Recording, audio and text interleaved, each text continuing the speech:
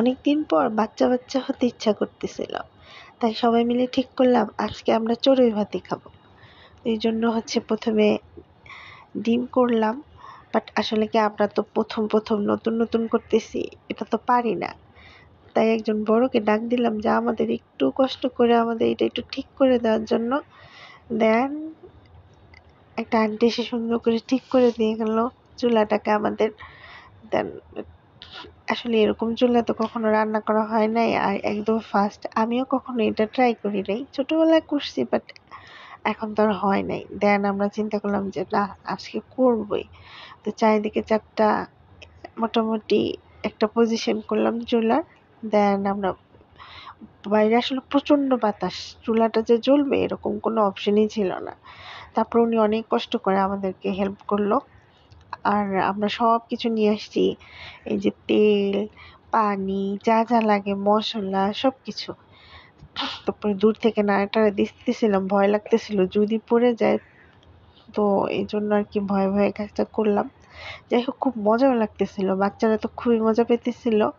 আমি আসলে বাচ্চাদের হয়ে রান্না করা শুরু করলাম, তারপরে একটু ঢেকে টেকে দিলাম। তারপরে একটা মজার ব্যাপার কি, এখানে একটাই ছিল, স্লোগান ছিল, একটি ডিম একটি খিচুড়ি। আই মিন, যে একটা ডিম আনবে তার সাথে খিচুড়ি ফ্রি। আর আমাদের আনারি হাতের খিচুড়ি, বুঝে নিতে কি অবস্থা। যাই হোক, সবাই মিলে রান্না করতেছিলাম, বাচ্চারাও কন্ট্রিবিউশন করলো। তারা বিভিন্ন জায়গা থেকে একদম পাটখড়ি, পাতা এগুলো এনে এনে দিতেছিল চুলার মধ্যে। তো হয়েছে মোটামুটি খিচুড়িটা, ডিমটা আগেই রান্না করে ফেলা হয়েছিল। এই যে আয়াত বলতেছে এই তো খুব মজা। এই যে একটা কিউট বেবি আছে না, ও কিন্তু অনেক কাজ করছে, অনেক কিছু করছে। তো ওরা খুবই এক্সাইটেড। এই তো আমরা এটা খাবো, কিন্তু আসলে কি একটু পানি কম হয়ে গেছে, মানে একটা না একটা প্রবলেম হইতেই আছে।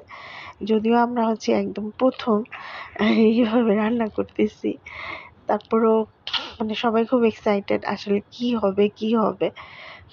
তারপরে এই তো ও একটু খেয়ে দেখলো হয়েছে কিনা, লবণ টবণ ঠিক আছে কিনা। বললো যে না ঠিক আছে, চলে, খাওয়া যাবে, এই আর কি। তারপর আমরা সবাই রেডি হইতেছিলাম এখানে। আহ এই তো হয়ে গেছে, আমাদের রান্না অলমোস্ট শেষ, আমরা এখন খাওয়া দাওয়া করবো। আসলে আমরা কলা পাতা ছিঁড়ে তারপর সবাই বসে বসে খাইছিলাম। এটা একটা অন্যরকম আনন্দ আর কি। যদিও কলা পাতার ভিডিওটা আসলে কেটে গেছে, বাট খুবই মজা লাগতেছিল। এই তো শেষ।